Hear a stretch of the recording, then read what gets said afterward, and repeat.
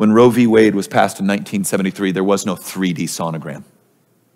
There was no ability, look at me, to watch our babies smile at us before they were born.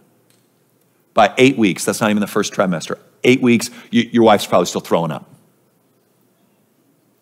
8 weeks, babies will suck their thumbs.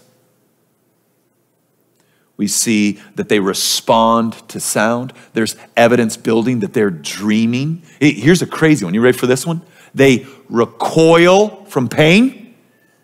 So what really the ability to do sonograms has shown us is that when doctors need to draw blood or take a sample and they stick a needle up there to do that, the baby at 8 weeks will pull its heel up, will pull back in away from the needle. Why? Because at 8 weeks, all major organs are functioning, which means you have a nervous system that's developed and you have a brain that receives signals that hurts.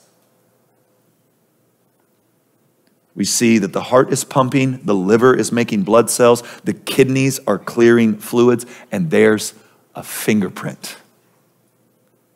By 21 weeks,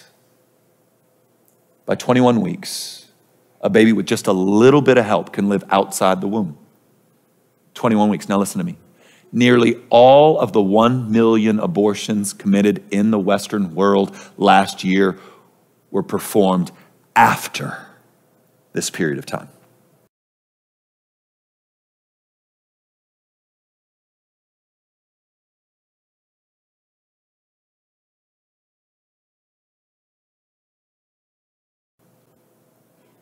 So now here's what happens. I know argumentation, and here's what happens. In our head, it's, well, what about this? And what about this horrific situation? And what about this? But listen to me. Statistically speaking, the majority of abortions are not taking place because of the woman's life being in danger or because there was some horrific rape. It is purely around convenience. I don't want to do it.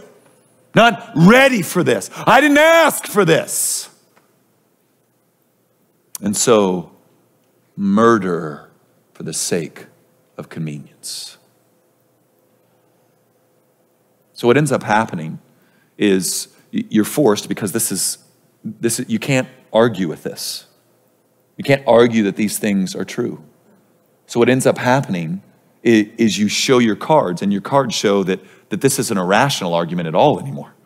That this is now purely driven by the exaltation of self.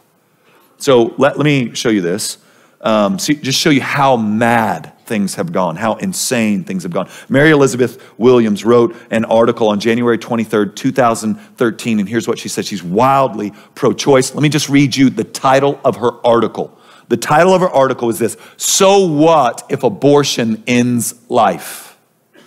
Here's what she says.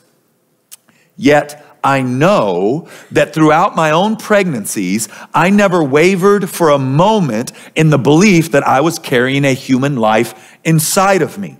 I believe that's what a fetus is, a human life. And that doesn't make me one iota less solidly pro-choice.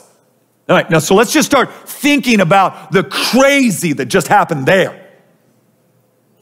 All right, I have no doubt that what I am carrying is a human life, and yet I have not wavered one iota, one little mark away from this belief that it is the woman's right to choose whether or not to terminate the life of this baby. You want to hear a rationale?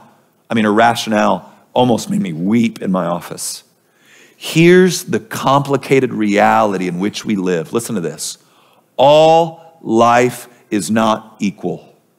That's a difficult thing for liberals like me to talk about, lest we wind up looking like death panel loving, kill your grandma and your precious baby stormtroopers. Yet a fetus, listen to this, can be a human life without having the same rights as the woman in whose body it resides. She's the boss. Her life and is what is right for her circumstances and her health should automatically trump the rights of the non-autonomous entity inside of her, period. Always, period. That's Insane. Who chooses whose life has the most value? Who gets that power? That sounds like Nazi Germany excrement to me. That sounds like 3/5 compromise when African Americans, when it was decided how the United States would vote, compromised 3/4 of a man. Who decides this? Who do we give this power to? Well, it's the woman's body. The baby might be in the woman's body, but the baby is not the woman's body. Has its own DNA, has its own genetic code, has its own blood type, has its own functioning brain, its own functioning kidneys, its own functioning lungs, its own dreams. It's not the woman's body. It's in the woman's body. That's not the same. And the argument is, woman should get to choose what she does with her body. Bull. Go prostitute yourself, see if you get arrested. You don't. I don't have the right to do whatever I want with my body. No one does. That's this kind of weird, ethereal argumentation that's so detached from rational thought that it shows that our consciences have been seared. You can't do whatever you want. Tell you what, drive 95 miles an hour naked on the way home today. Just do it. Let's see if you can do whatever you want. See what kind of rights you have.